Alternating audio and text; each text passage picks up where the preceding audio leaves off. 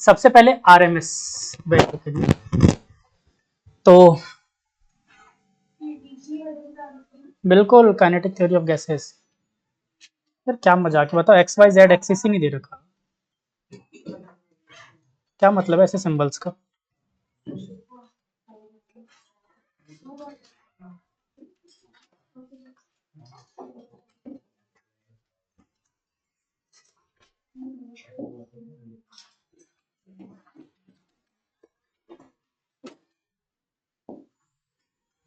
Colour change नहीं हुआ।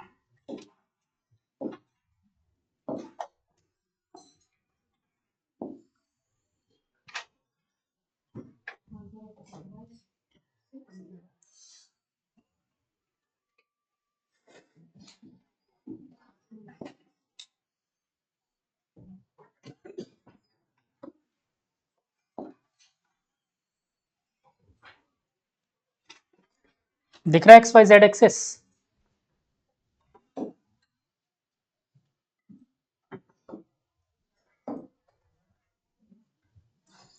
चलो इसमें भी लाइन ही ले लेता हूँ।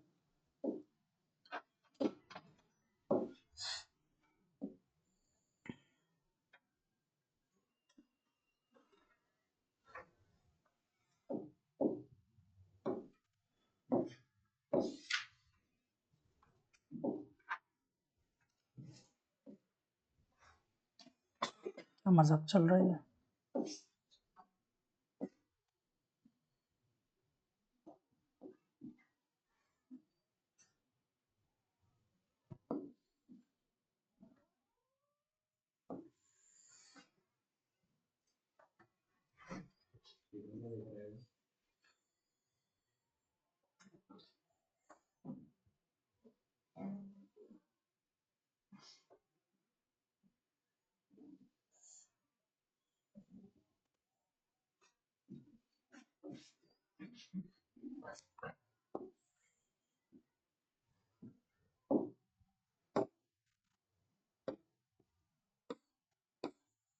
ये इस वाली लाइन को नहीं हटाएगा क्या।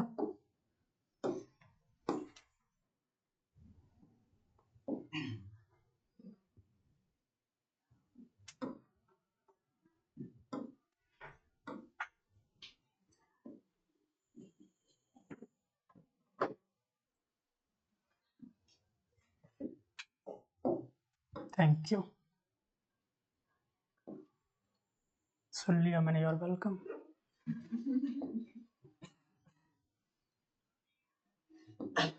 हाँ ये भी।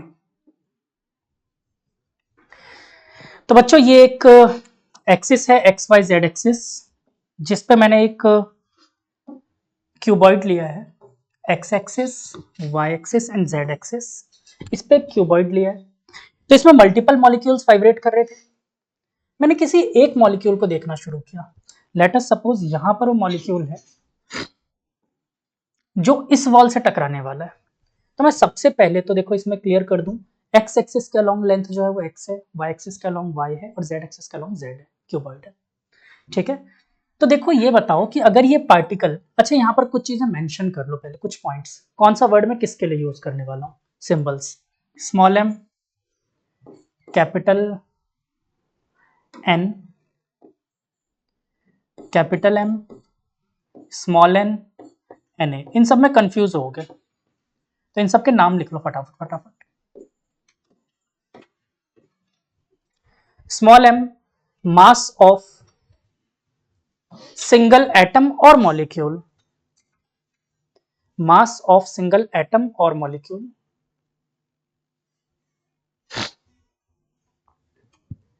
Capital N number of molecules, capital M में क्या बोल सकते हो, स्मॉल एम इंटू एन बोल सकते हैं, टोटल मास। ठीक है, total mass of molecules, total mass. Capital N number of molecules,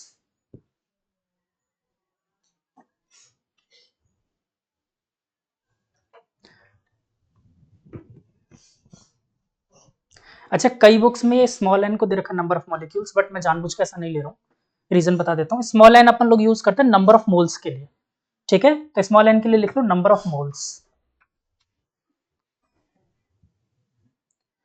बाकी दोनों पता ही होगा। एन ए कौन है, एवोगाद्रो नंबर, और के शक्तिमान कांस्टेंट, शक्तिमान था बोल्ट्जमान, बोल्ट्जमान कांस्टेंट।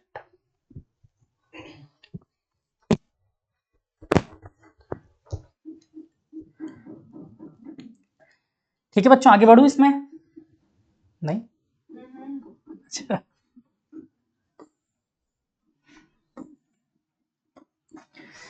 तो बच्चों मान लिया इस एक पार्टिकल की जो वेलोसिटी थी एक्स डायरेक्शन में वो थी ux1, ux1।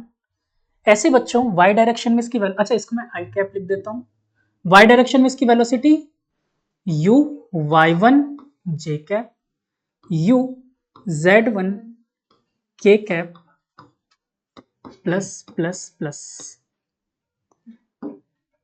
और ये टोटल फर्स्ट पार्टिकल की u1 वेलोसिटी बन गई। हाँ या ना, वेक्टर फॉर्म में बोल दो, u1 की वेलोसिटी यही है, कुछ x डायरेक्शन में भी रही होगी, कुछ y डायरेक्शन में भी और कुछ z डायरेक्शन में भी।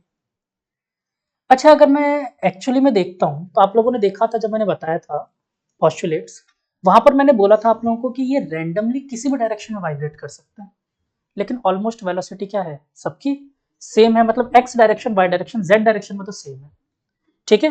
तो मैं इस चीज को डायरेक्टली क्या 3 times of u1 is equal to 3 times of ux1 बोल सकता हूं, कोई दिक्कत,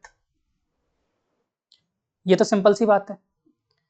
लेकिन ऐसे तो मेरे पास बहुत सारे पार्टिकल हैं, तो मैंने एक पार्टिकल के लिए कैलकुलेट किया u1, मल्टीपल पार्टिकल्स हैं u2 u3 u4, सबके लिए वेलोसिटी निकालनी पड़ेगी। तो देखो सबके लिए अगर मैं वेलोसिटी देखूं u1 u2 u3 un, इतने सारे पार्टिकल्स हैं, n पार्टिकल्स हैं, ठीक है। तो इन सब के लिए फिर मेरे पास एक ऑप्शन था बहुत अच्छा, मैं एक काम करता हूँ आरएमएस वेलोसिटी निकाल लेता हूँ, रूट मीन स्क्वायर वेलोसिटी, ठीक है। तो रूट मीन स्क्वायर वेलोसिटी कैसे निकालते हैं बच्चों, सबसे पहले स्क्वायर करो, तो u1 square plus, sorry plus नहीं लगाना चाहिए था मुझे, u1 square u2 square u3 square un square, square हो गया। फिर क्या करना है, मीन लेना है, मैंने बोला था ना रूट मीन स्क्वायर मतलब उल्टा प्रोसेस करो, स्क्वायर फिर मीन मतलब एवरेज, एवरेज कैसे लिखते हैं, sum of all the data divided by number of data, देखो सम कर दो सबका, प्लस प्लस प्लस प्लस, और डिवाइडेड बाय टोटल डेटा कितने बच्चों, एन डेटा से, ठीक है। और अगर मैंने इसका लास्ट में रूट भी कर दिया तो क्या ये यू आर एम एस बन जाएगा सबका, सारे पार्टिकल्स का मिलाकर, स्क्वायरिंग ऑन बोथ साइड, तो u square R M S is equal to, अच्छा u1 u2 की जगह मैं x की वैल्यू अगर रखना चाहूं तो सबकी जगह क्या हो जाएगा, 3 times of ux1 3 times of ux2 3 times of ux3, क्या 3 कॉमन ले सकता हूं, तो 3 ux1 का स्क्वायर प्लस 3, अब लिखने की जरूरत नहीं, ब्रैकेट कॉमन ले लिया ना, ux2 का स्क्वायर ux(n) का स्क्वायर डिवाइडेड बाय n, कोई दिक्कत, इस 1/3 को इधर भेज दिया तो 1/3 यू आर एम एस का square is equal to ux1 का स्क्वायर प्लस ux2 का स्क्वायर, क्या हुआ बेटा,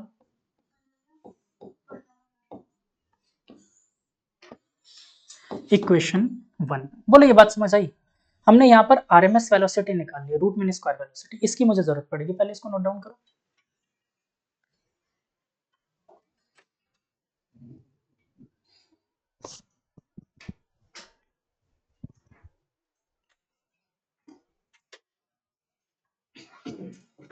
ये कहाँ गायब हो गया, जेड एक्सिस, बताना चाहिए था उस टाइम, मैं भूल गया, मैंने सुना नहीं, सॉरी माय मिस्टेक।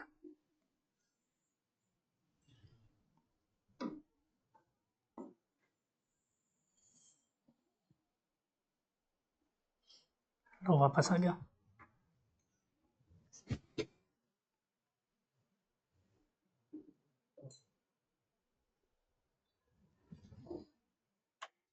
क्या हो गया, मेरे से बोलो। कहाँ पे वाला केट अप्लाई तो लिखा है। अच्छा नहीं है, केट अप्लाई लिखा है मैंने, के देखो ये थोड़ा सा ये बना हुआ है ऐसे करके। सही में नहीं, वो के ही लिखा हुआ है मैंने। आई देखो कैसा बनाता हूँ मैं, ये के लिखा था लेकिन वो क्या पास में आ गया इसलिए ऐसा हो गया वो। ठीक है, नहीं सही में वो देखो। हाँ, आप तो क्यों ही कहोगे, और उधर के लिखा है।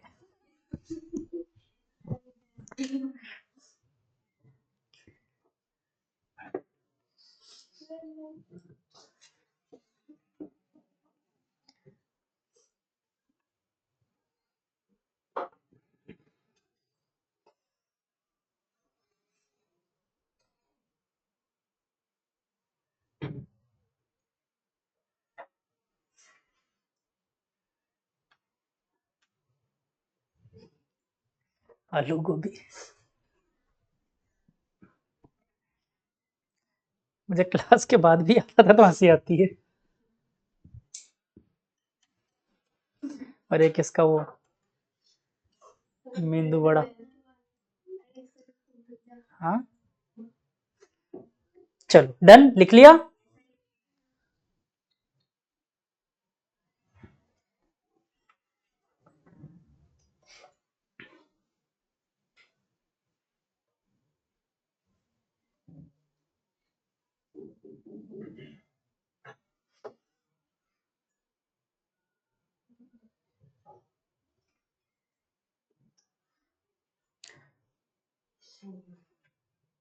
डायग्राम सबकी कॉपी में है ना, तो अभी जरूरत पड़ेगी डायग्राम की तो अपनी कॉपी में देख लेना।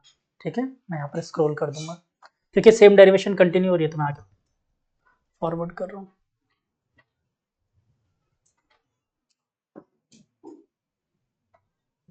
नहीं जरूरत पड़ेगी तो ऐसे टाइप करो।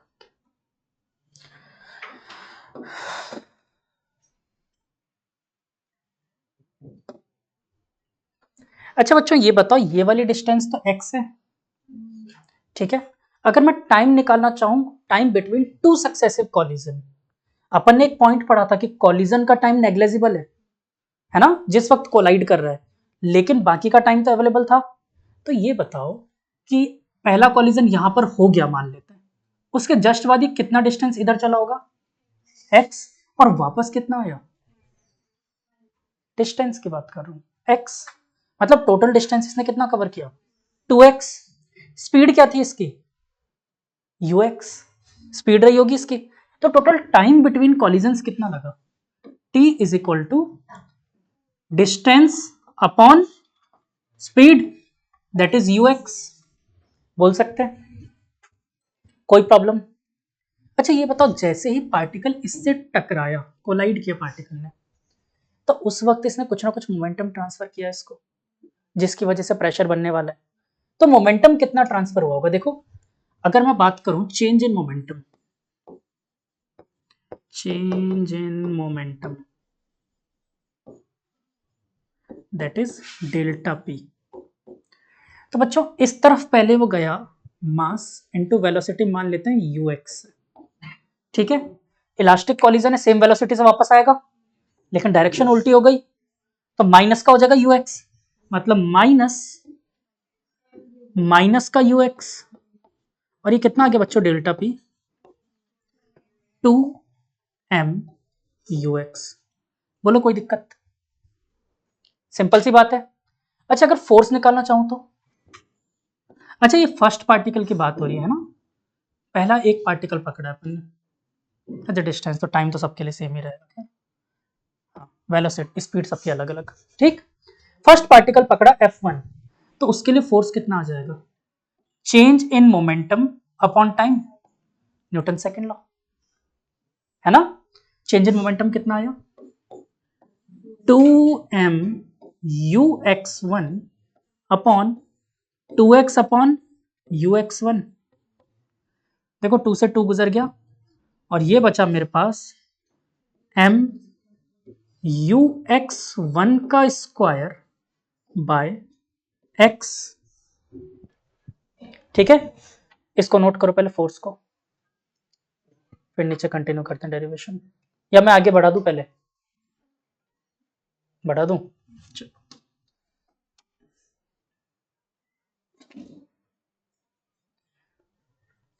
तो ये बच्चों पहले पार्टिकल के लिए था। कैसे, कितने पार्टिकल्स हैं मेरे पास इस वक्त, n पार्टिकल्स हैं, तो सबके लिए बताओ F2 कितना हो जाएगा। अगर मैं F2 निकालना चाहूं तो देखो m ux2 का स्क्वायर डिवाइडेड बाय x तो सेम ही है, डिस्टेंस थोड़ी चेंज हो गया।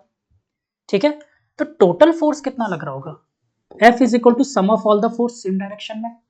ठीक है, देखो इन सब में कॉमन आएगा m, क्योंकि मास सभी पार्टिकल के क्या है, आइडेंटिकल, सेम अजम्पशन था अपना, और डिस्टेंस भी सेम करा है इसने ट्रेवल, तो m बाई एक्स तो मैंने कॉमन ले लिया।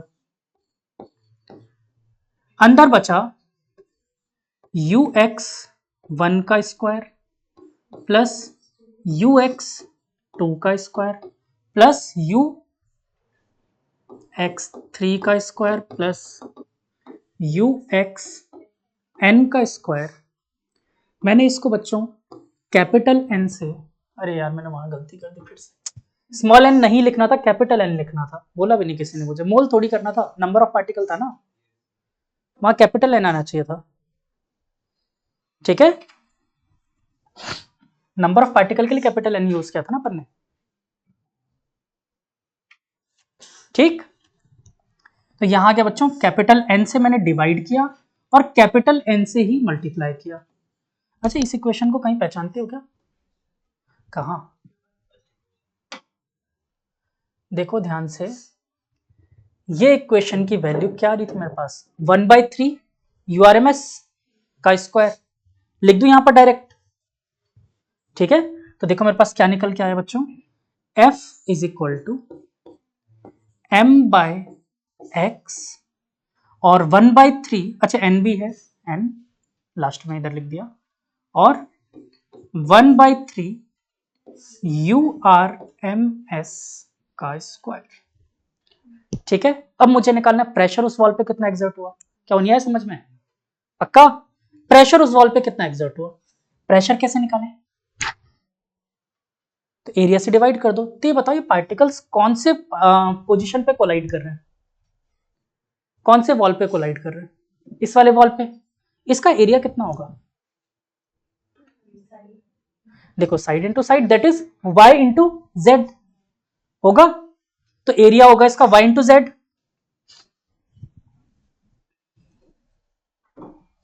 तो मैंने लिखा प्रेशर, मैं जानबूझ के प्रेशर वर्ड लिख रहा हूं बिकॉज तुम मोमेंटम और प्रेशर एक मत समझ लेना। ठीक है, pressure P is equal to force per unit area, और बच्चों इसी फोर्स को मैंने एरिया से डिवाइड किया तो क्या आ गया, 1/3 m into n u square RMS, नीचे पहले से था x और एरिया की वजह से क्या आ गया YZ। अच्छा ये XYZ कुछ होता है क्या, वॉल्यूम होता है क्यूबॉइड का। ठीक है, तो क्या इसको वॉल्यूम लिख दूं, और इस वॉल्यूम को अगर मैं इस प्रेशर के साथ चिपका दूं तो क्या बन जाएगा, P into V is equal to 1/3 m into n को क्या कैपिटल M बोल सकते हैं, mass, capital M U square RMS। First equation जिसे हमें रटना है, वैसे इसको इस फॉर्म की बजाय ना इसके दूसरे फॉर्म में रटना। URMS की वैल्यू निकाल सकते हैं यहां से, हाँ 3p/m का रूट।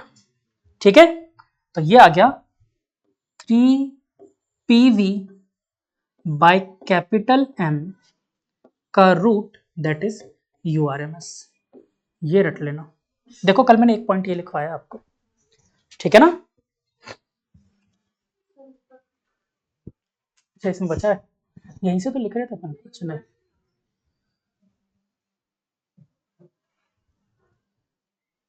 ठीक है।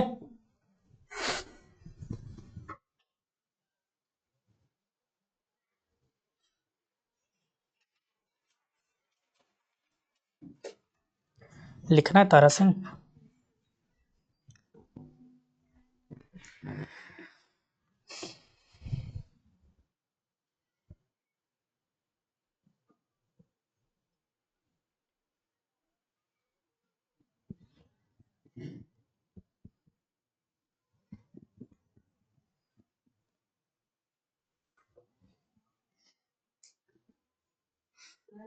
हाँ बालक,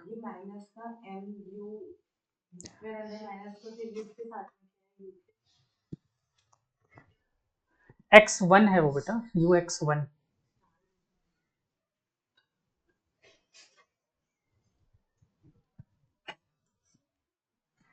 आप लोगों को पता मैं ये बोर्ड पसंद नहीं करता, मैं वही बोर्ड पसंद करता हूँ। नहीं, उसका रीजन है एक्चुअली में क्या है कि इस बोर्ड पे पॉइंट कहीं पे भी कैसे बन जाते हैं, मतलब ये सॉफ्टवेयर के अकॉर्डिंग लेता है, थोड़ा सा मज़ा नहीं आता मुझे इस पे लिखने में।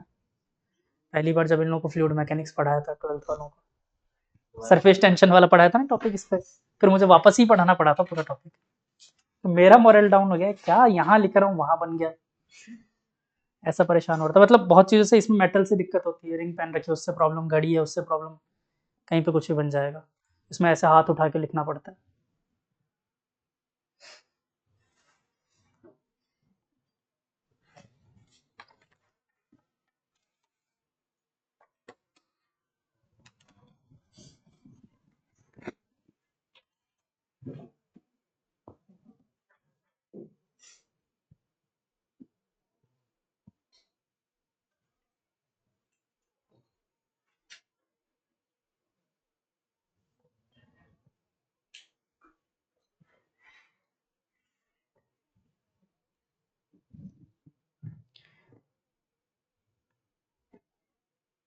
अच्छा, जहाँ पर मैंने k is equal to Boltzmann constant लिखवाया ना आपको, वहां पर ये चीज भी लिख लो, उसको r अपॉन Na बोलते हैं,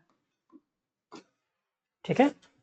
R upon Na, that is molar gas constant upon Na, Avogadro number, is known as Boltzmann constant.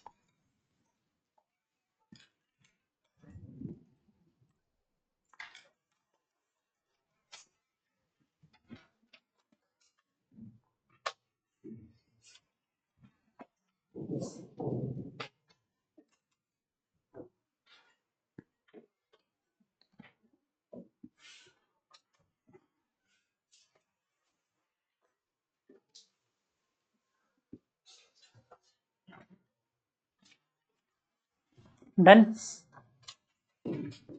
लिख लिया, ये वाला पोर्शन हटा दूं।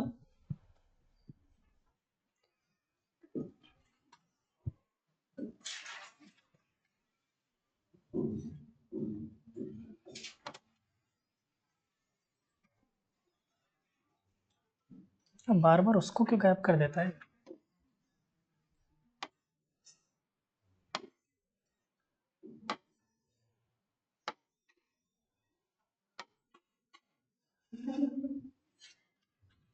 कोई बात नहीं, उसको अलग से उड़ाएंगे।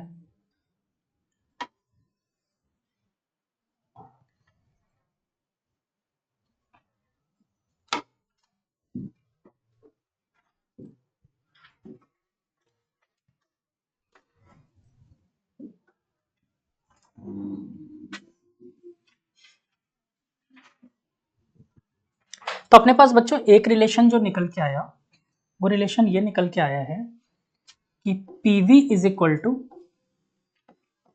1/3 m into N U R M S का स्क्वायर, ये निकल के आया, जिसको मैंने कहा आपको लर्न रखना है।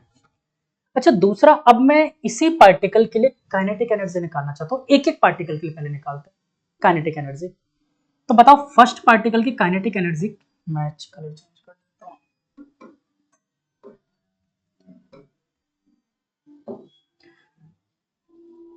फर्स्ट पार्टिकल के लिए काइनेटिक एनर्जी कितनी आएगी, ke1, बोलो, हाफ एम वी स्क्वायर, यार वी की जगह एक्चुअल में यू है यहाँ पर, तो यू, तो हाफ एम u1 स्क्वायर बोल दूं। ऐसे दूसरे के लिए क्या आएगा, हाफ एम u2 स्क्वायर, ऐसे सारे पार्टिकल्स के लिए होगा, n पार्टिकल्स के लिए। टोटल काइनेटिक एनर्जी कितनी हो जाएगी, sum of all the energy. तो देखो काइनेटिक एनर्जी के is equal to half, m तो सब में से कॉमन आ गया, अंदर बचा u1 square plus u2 square plus un का स्क्वायर। मैंने n से किया मल्टीप्लाई और n से किया डिवाइड। ठीक है, ये पहचान रहे हो फिर से क्या होता है, URMS का स्क्वायर। देखो यहाँ पर x नहीं लिखा हुआ, 1/3 मत कर देना, है ना। काइनेटिक एनर्जी स्केलर क्वांटिटी, ठीक है। चल तो 1/2 m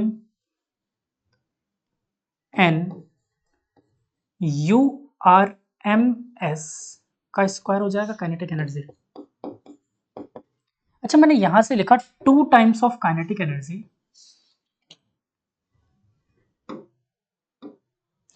2 times of kinetic energy is equal to आया n URMS का स्क्वायर। एग्री। अच्छा यहां पर देखो 3 टाइम्स ऑफ PV क्या आ रहा है, MN URMS का स्क्वायर। क्या दोनों बराबर नहीं है, तो क्या मैं एक बात बोल सकता हूं 3 times of PV is equal to 2 times of kinetic energy. Agree करते हो। और अगर आप लोग बुरा ना मानो तो क्या मैं PV की जगह NRT लिख सकता हूं, PV की जगह NRT, आइडियल गैस इक्वेशन। तो मैंने PV की जगह रखा 3/2 n R T is equal to kinetic energy. अच्छा ये n क्या होता है, इसको क्या मैं number of total molecules divided by Avogadro number बोल सकता हूं, मोल्स को number of total molecules divided by Avogadro number. तो यानी कि 3/2 capital N by NA into RT is equal to kinetic energy. Agree करते हो। और ये क्या कहलाता है, R upon NA, Boltzmann constant.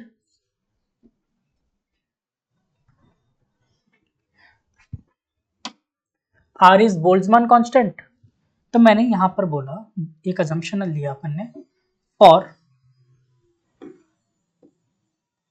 n equal to 1, एक मॉलिक्यूल के लिए निकाल रहा हूं, for n equal to 1 single molecule के लिए। तो देखो क्या आ जाएगा 3/2 R upon N is K T is equal to kinetic energy.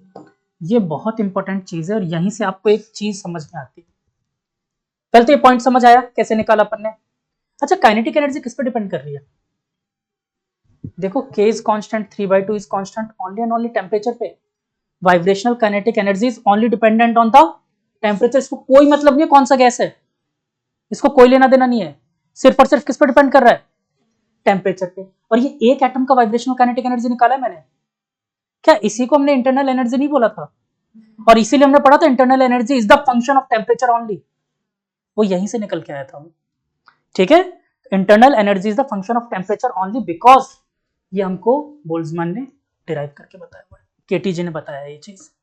Clear हुआ। This is also important equation, इसको भी याद रखना।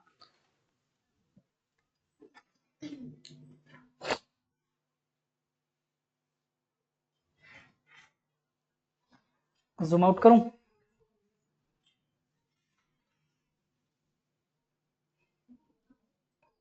जूम आउट करने से बजाय मैं स्क्रॉल डाउन कर देता हूं। ठीक है,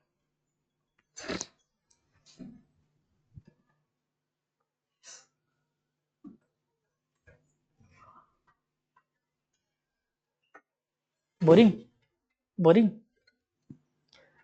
अच्छा आज तो समझ में आ रहा होगा।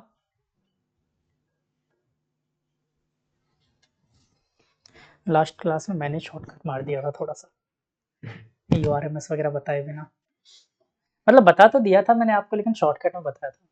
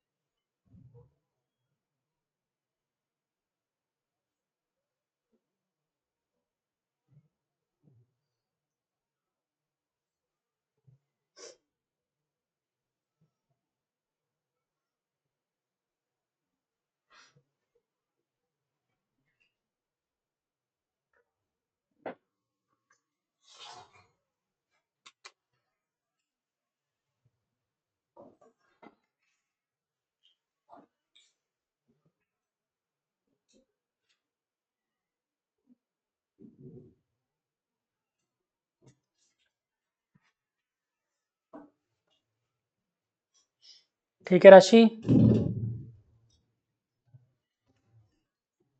गोपी, आ रहा है जिगली, सबके नाम रखे हुए हैं यहाँ पर मैंने। तारा सिंह,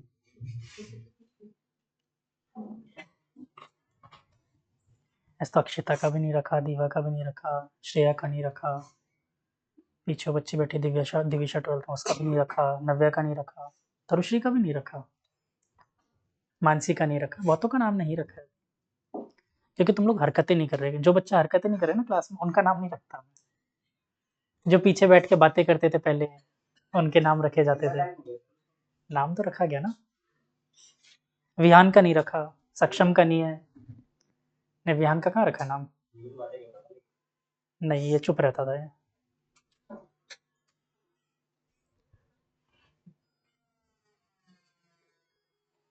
ठीक है, डन, क्लियर। आगे चलते हैं, थोड़ा सा और समझते हैं। अच्छा लग रहा है, मजेदार है ना। एक क्वेश्चन केटी जी,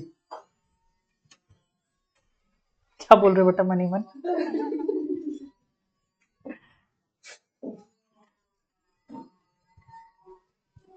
पहले इरेज कर देते हैं। इरेज कर नहीं सकता मैं, ये वाला पोर्शन हटा दो।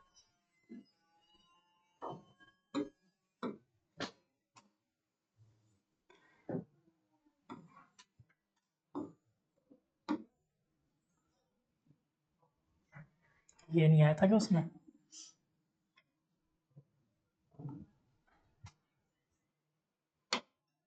तारा सिंह बस।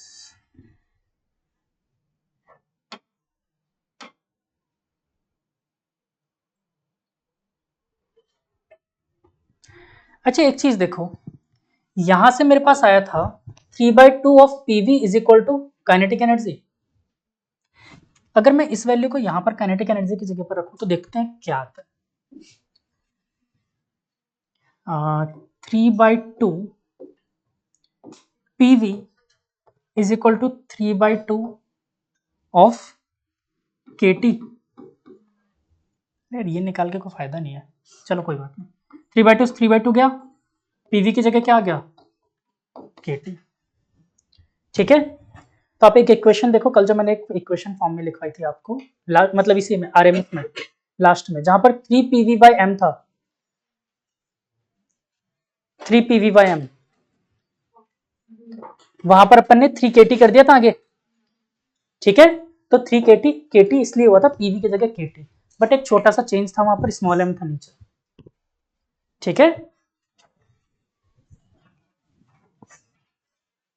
ठीक, डन। तो अब वही चारों वापस से लिख लो, कौन कौन से।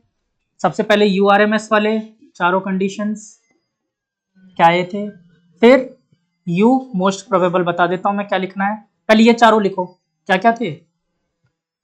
3p/ρ, और लिखो √3 PV/m। फिर पीवी की जगह अपन ने लिखा था आरटी, नहीं सॉरी केटी, 3 KT/m।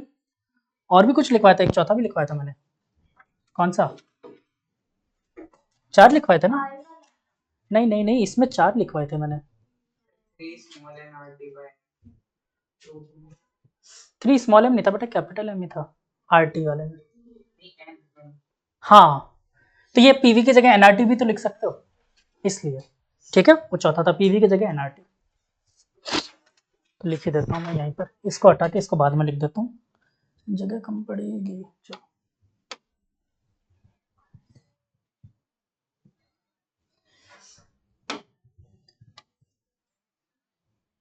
क्या हो गया, क्या हो गया, मुझसे बोलो। एनआरटी पूरा बोला था बाय एम, ऐसा? ठीक है, और फिर हमने लिखा था इक्वल टू √3 KT/स्मॉल m।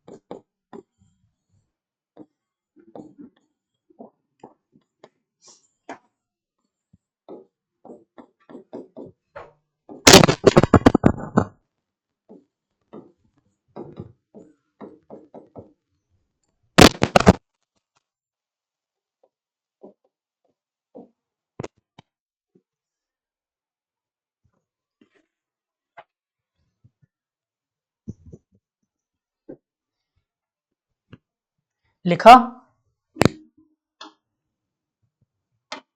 अब एवरेज में हमेशा 3 की जगह पर क्या आएगा? अच्छा पहले तो मोस्ट प्रोबेबल देख लो। मोस्ट प्रोबेबल में हमेशा, एक मिनट यार, मोस्ट प्रोबेबल में होता ना 2, हाँ ठीक है। मोस्ट प्रोबेबल में 3 की जगह आ जाता है 2, 2, जहां जहां 3 दिख रहा है वहां पर 2 कर दो, ठीक है।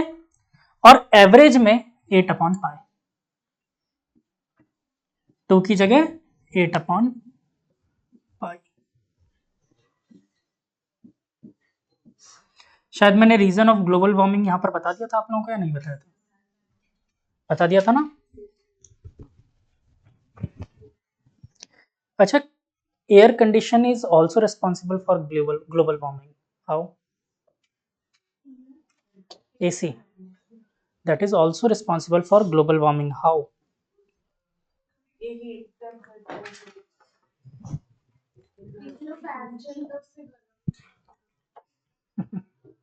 ऐसा कुछ नहीं है बच्चों, पता है एसी ग्लोबल वार्मिंग के लिए रिस्पॉन्सिबल नहीं है। प्रॉब्लम पता है कहाँ है? अगर एसी की पाइप टूट जाए तो इसमें जो गैस भरी होती है that is chlorofluorocarbon, that means chlorine gas हम लोग क्या कर देते हैं एटमॉस्फेयर में रिलीज। अब याद करो केमिस्ट्री में फ्री रेडिकल मैकेनिज्म पढ़ा था आप लोगों ने। क्लोरीन एटम 2 फ्री रेडिकल्स में टूटता है और एक क्लोरीन एटम ओजोन को जाके अटैक करता है। ऑलमोस्ट 72,000 ऑफ ओजोन मॉलिक्यूल को एक अकेला मॉलिक्यूल, मतलब एक अकेला एटम क्लोरीन का डिस्ट्रॉय कर देता है। एक अकेला ऑलमोस्ट 72,000 ऑफ ओजोन को, यानी अगर 1 लीटर क्लोरीन आपने रिलीज कर दिया, समझ लो कितने लीटर को, 144 लीटर को गायब कर देगा ओजोन को। इसलिए प्रॉब्लम है, ठीक है। ओजोन को तोड़ देता है ना, पढ़ा था ना फ्री रेडिकल मैकेनिज्म, आप लोग पढ़ोगे ऑर्गेनिक में। अभी ऑर्गेनिक थोड़ी चालू है तुम लोगों की। हाँ तो अभी तो कहाँ भी आएगा, धीरे धीरे देखना। क्लोरीन SaCl 2 फ्री रेडिकल्स में टूटता है।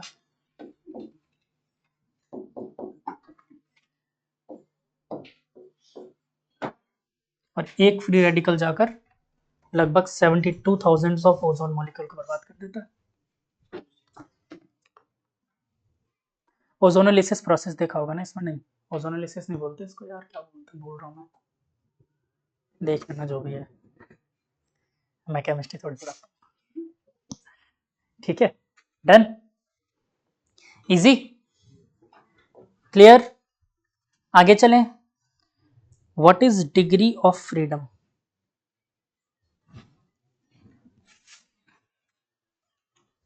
What is degree of freedom? अब चलते हैं थोड़ा सा डिग्री ऑफ फ्रीडम की तरफ, क्या होता है।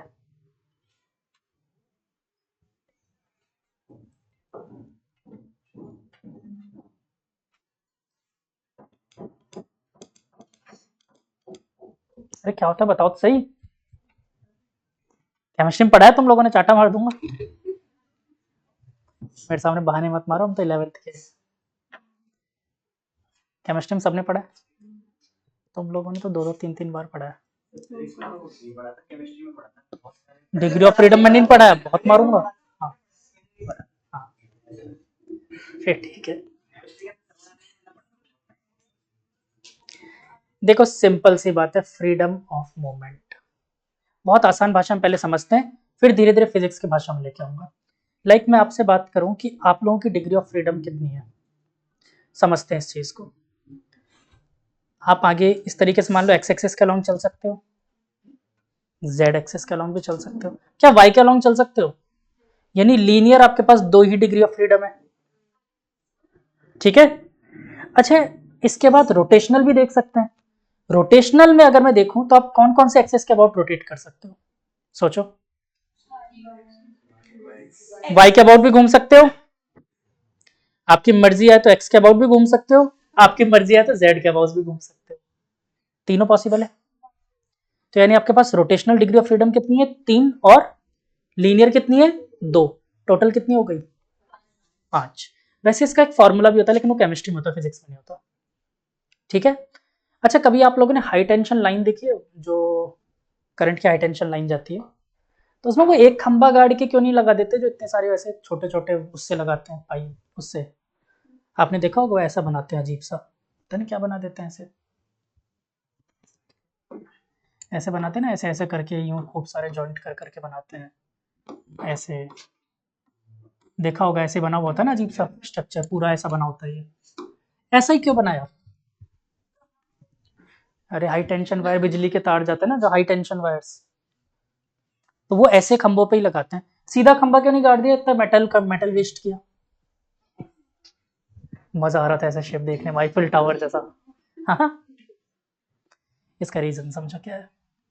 एक्चुअली में जो डिग्री ऑफ फ्रीडम का एक्चुअली में फॉर्मूला होता है ना, उसमें लिंक पे डिपेंड करता है कि कितने लिंक्स हैं, ये उस पर भी डिपेंड करता है, बट चलो उसकी भी बात नहीं करनी मुझे।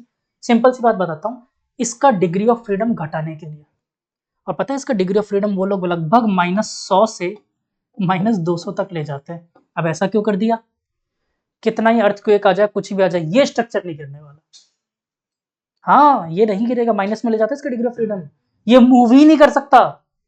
तुम इस पर सर पे जाके लात मारो, ये वहीं पे ऐसा थोड़ा सा टेढ़ा होकर सीधा हो जाएगा, नीचे तक फोर्स ही नहीं आएगा उसका। आप खुद सोचो, यहां पर ऊपर जाके सर पे इसके लात मारो, क्या नीचे तक फोर्स आ पाएगा? इसके बीच में इतने स्क्रू और लिंक है कि वो ऑटोमेटिकली फोर्स का एडजस्ट कर लेंगे। ठीक है, तो इसका डिग्री ऑफ फ्रीडम माइनस में पहुंचा देते हैं अपन। ठीक, और क्या रीजन होता है इसका कि ये स्ट्रक्चर कभी गिर नहीं सकता। मेन प्रॉब्लम मतलब मेन इसलिए बनाया है कि गिरेगा नहीं, चाहे अर्थक्वेक आ जाए, कुछ भी हो जाए। ठीक है, आपके मन में आए, तारा सिंह के मन में आए, जाके देखते हैं, कुछ नहीं कर पाएगी। ठीक है, एक -200 पे है, 100 -200 जानबूझ के बनाया था ऐसा, जबकि बिजली के खंभे के ऊपर जाकर अगर मारो तो गिर जाएगा, टॉर्क लगेगा।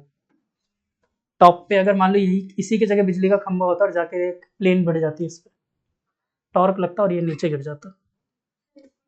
नहीं गिरेगा, बहुत ज्यादा होगा तो इतने पे से बैंड हो जाएगा, पूरा नीचे नहीं गिरेगा कभी भी। ठीक है, तो बोलो डिग्री ऑफ फ्रीडम की कहानी क्लियर हुई। डायरेक्शन ऑफ मूवमेंट, कुछ भी कर लो माइनस में पहुंचा देता है, इसका पैर कभी मूव नहीं करेगा। ठीक है, टॉप पे कितना ही फोर्स लगा लो आप।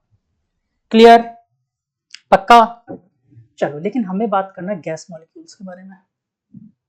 ठीक है, गैस मॉलिक्यूल्स के बारे में थर्मोडायनेमिक्स पढ़ रही है अपन, इसलिए है गैस के बारे में। तो चलो देखते हैं क्या नाटक है इसका। अच्छा, यहां से ना थर्मोडायनेमिक्स से स्टार्ट हो रही है, केटीजी खत्म हो गई, अभी थर्मोडायनेमिक्स से स्टार्ट हो रही है यहाँ से, और तुम लोग को एक्चुअली में ये टॉपिक पढ़ना था, थर्मोडायनेमिक्स का, केटीजी का नहीं। चलो,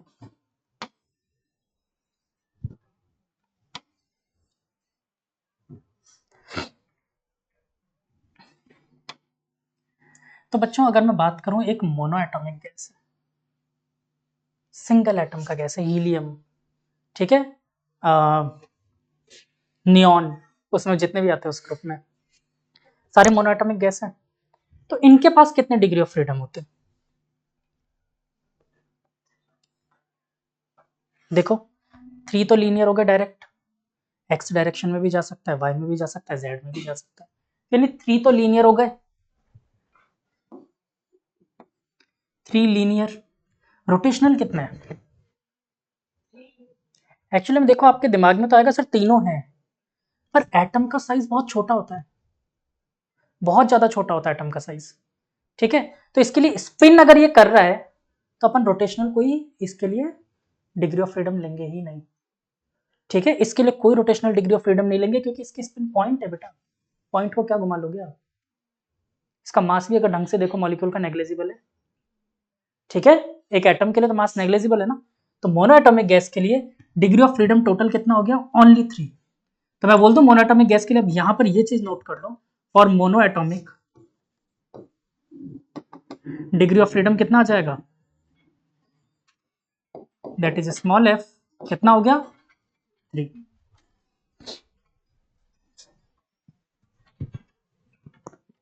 अच्छा, डायटोमिक के लिए बनाए। अच्छा, ये चीज जो मैं बता रहा हूँ ना, आपको समझा रहा हूँ, पता है ये चीज हकीकत में गलत है, ये चीज प्रैक्टिकली निकाली जाती है। ठीक है, अभी समझाने के लिए मैं ऐसा बता दूंगा, लेकिन रियलिटी ये है नहीं। ये डायटोमिक गैस मान ली, इसके पास कितने डिग्री ऑफ फ्रीडम है?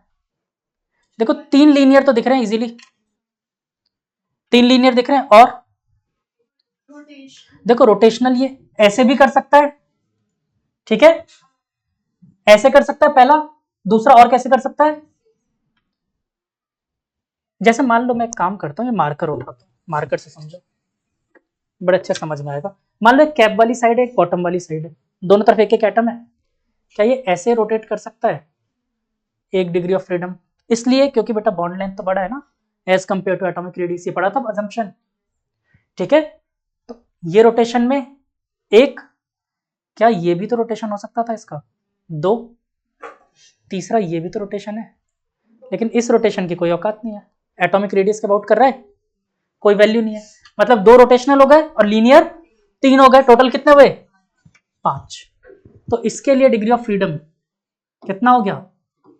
पाई, डायटोमिक के लिए। बोलो क्लियर हुआ? अब देखो ट्राई एटॉमिक बोलूं या पॉली एटॉमिक बोलूं, एक ही बात है, ठीक है। अब तो पॉली एटॉमिक हो गए, पॉली एटॉमिक के लिए कितना?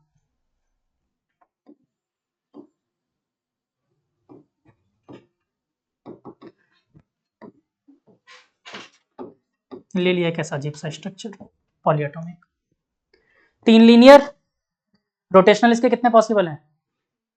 तीनों पॉसिबल हैं, ठीक है ना, रोटेशन इसके तीनों पॉसिबल है। कॉपी को घुमा के देखो, कॉपी के चारों कॉर्नर्स को मान लो, देखो कितने डायरेक्शन में रोटेट कर सकते हो। याद है ना रोटेशन में एक्सिस ऑफ रोटेशन, देखो कितने एक्सिस ऑफ रोटेशन आएंगे? 3। तो इसके तीनों डिग्री ऑफ फ्रीडम पॉसिबल है। बोलो क्लियर हुआ, हाँ कि ना? पक्का? अच्छा मैं जो ये चीज पढ़ा रहा हूं, ये क्या है नाटक? पहले तो डिग्री ऑफ फ्रीडम लिखो, फिर ये नाटक करवा क्या रहा था मैं आपसे। पहले तो इतना लिख लो, इसके लिए कितने आ गए? 6।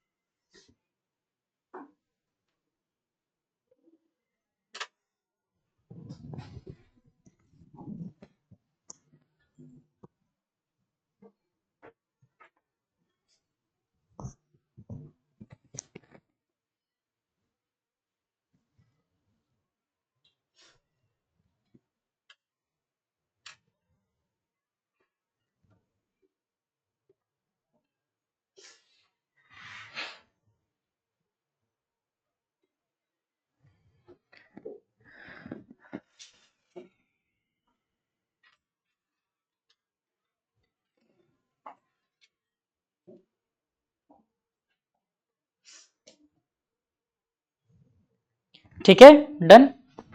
अच्छा देखो एक्चुअली में बच्चों, मैं ना ये इसकी काइनेटिक एनर्जी बता रहा था आपको, सही बात सोचो तो। हाँ एक्चुअली में इनकी काइनेटिक एनर्जी बता रहा था कितने डायरेक्शंस में। देखो ध्यान से, इसकी कितनी डायरेक्शन में? Half M U X square, half M U Y square, half M U Z square, 3 direction में थी काइनेटिक एनर्जी। सर इसमें 5 कैसे हो गई? Half M U X square, U Y square, U Z square, लीजिए rotational था तो क्या हाफ आई ओमेगा स्क्वायर नहीं होगा? तो हाफ आई ओमेगा एक्स, मतलब ओमेगा के नीचे X square, half omega X Y square, मतलब वाई, इस सॉरी एक्स की जगह वाई आ जाएगा, जेड इसमें प्रेजेंट नहीं था, तो यानी इसमें 2 रोटेशनल काइनेटिक एनर्जी थी और 3 लीनियर, इसमें 3 रोटेशनल काइनेटिक एनर्जी और 3 लीनियर। पक्का समझ आई ये बात? यहीं पे फटाफट एक लॉ लिखो, law of equipartition, law of equipartition of energy. इसका मैं हो सके तो लैंग्वेज लिख पाता हूँ आपको थोड़ा सा, अगर law of equipartition of energy, अरे क्या हो गया, law of equipartition of energy, ये मैक्सवेल ने बोला था। तो लिखो, for any system in thermal equilibrium, for any system in thermal equilibrium,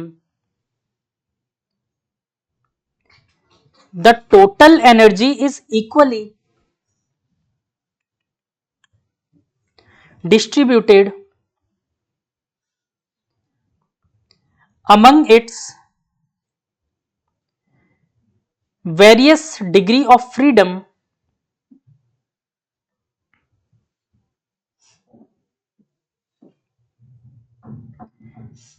and each degree of freedom कहां तक लिख लिया, various degree of among its various degree of freedom, among its various degree of freedom, and each degree of freedom is associated with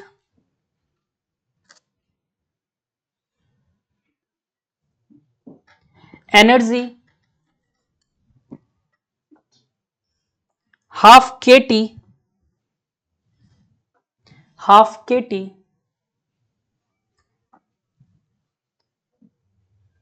तो यहां पर k की value तो 1.38 into 10 to the power minus 23 joule पर kelvin, 1.38 into 10 to the power minus 23 joule पर kelvin, Boltzmann constant की value. ठीक है, वैसे आप निकाल भी सकते हो, आर की वैल्यू क्या होती है 8.31 divided by 6.02 into 10 to the power 23, same value आएगी। ठीक है, तो ये हो गया। टी क्या है यहां पर, एब्सोल्यूट टेम्परेचर, मतलब केल्विन में।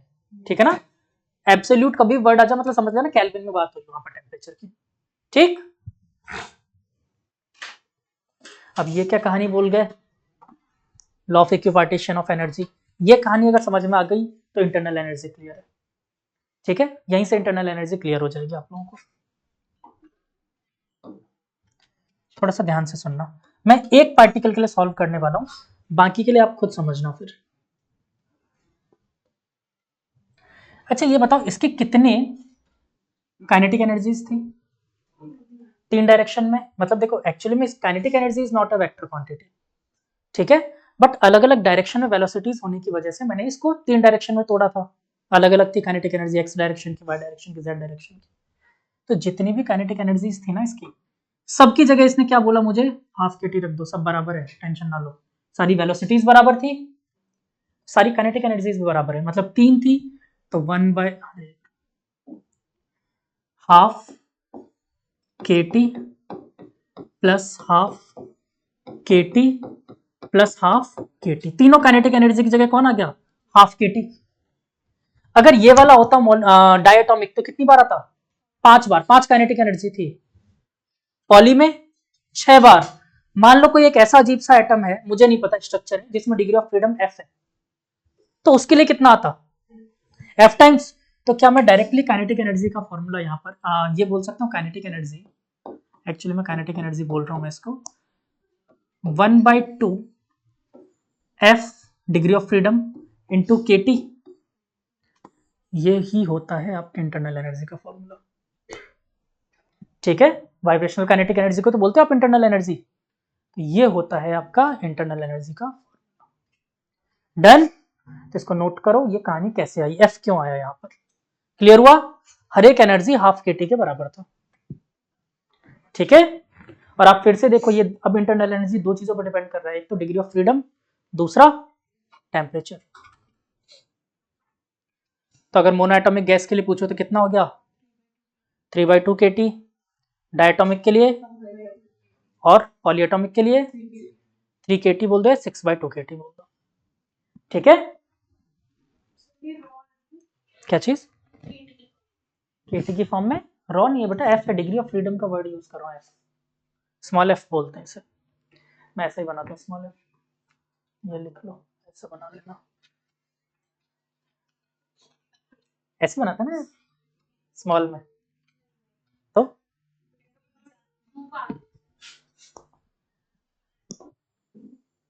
ऐसा। अब क्या होता है, मैं तो ऐसे ही बनाता हूँ इन्फॉर्मेशन।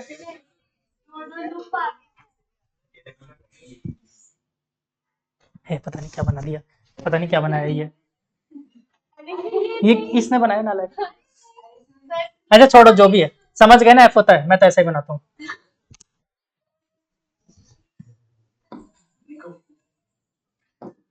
ऐसे तो लिखता था मैं फंक्शनल ग्रुप, हाँ ऐसे लिखता हूँ हमेशा।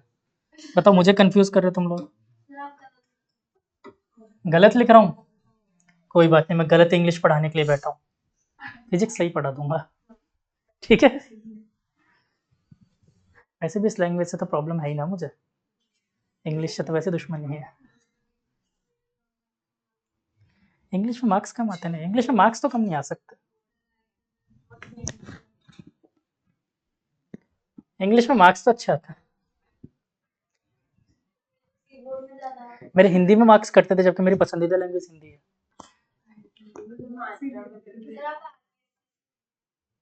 हाँ,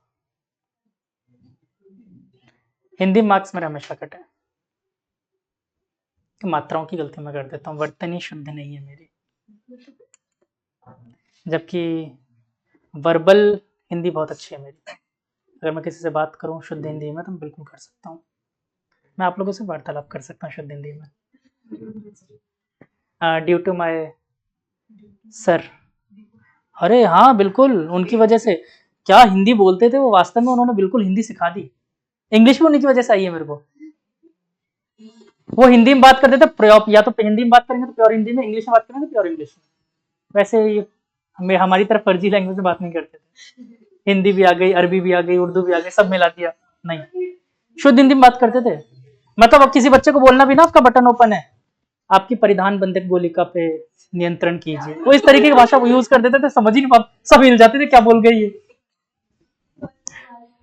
एक बच्चे ने बोला क्लास में कि सर वो मेरे पेन की रिफिल खत्म हो गई, it's not refill, can you refill it, it's not refill, आपके पेन में जो रिफिल जिसे बोलते हो रिफिल होती नहीं है, can you refill it, it is not refill. अब आप सोचो, that is ink tube, ink tube है वो, you can not refill it, refill करके बता दो मुझे, रिफिल पुराने पेनों होता था फाउंटेन पेन्स में, ठीक है, उसमें रिफिल कर सकते थे इसलिए रिफिल बोलते थे, तो हम लोगों ने वही रिफिल बोलना चालू कर दिया, that is ink tube not refill, ठीक है, ऐसी चीजें पूछा करते थे। चलो डन, यहां तक क्लियर, पक्का। आज की कहानी मैं यहीं एंड करूंगा क्योंकि अब स्टार्ट होगा हीट और वर्क, ठीक है, तो प्रॉपर थर्मोडायनेमिक्स से स्टार्ट होगा, यहां तक की कहानी में अगर किसी को कोई डाउट है तो पूछ लो, एक बार रीड आउट कर लो कहीं पे कोई प्रॉब्लम आ रही है तो, ठीक है, फिर अगर हो सके तो कुछ न्यूमेरिकल भी करवाता हूं मैं।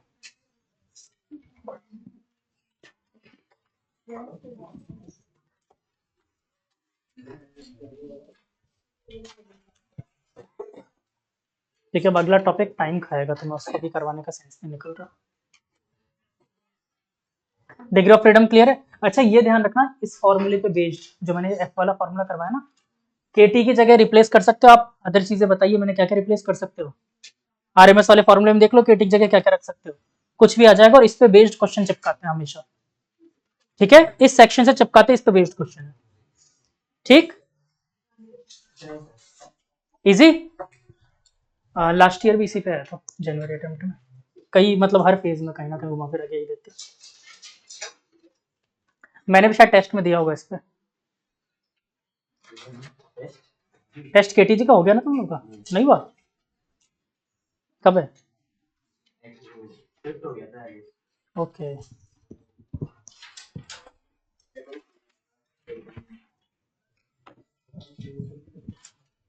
इसके क्वेश्चन बहुत आसान होते हैं, फॉर्मूला बेस्ड होते हैं, हाँ स्कूल वाले बच्चों के लिए इसका डेरिवेशन होता है, हाँ बोर्ड में, हाँ ये डेरिवेशन कोई खास काम नहीं, फॉर्मूला बस, इसमें फॉर्मूला बेस्ड काम चलेगा,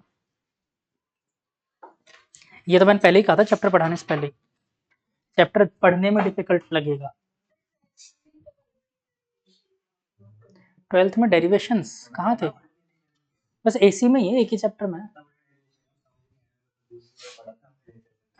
कौन सा वाला वो, अच्छा वो एलसीआर सर्किट का, ओके, वो एनालिटिकल मेथड से जो करवाया था वो वाला, हाँ,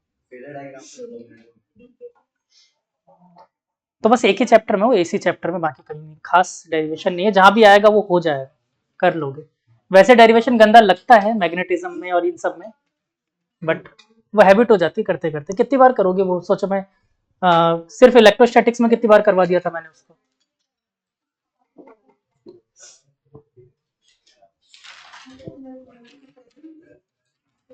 कोई मुझे कह रहा था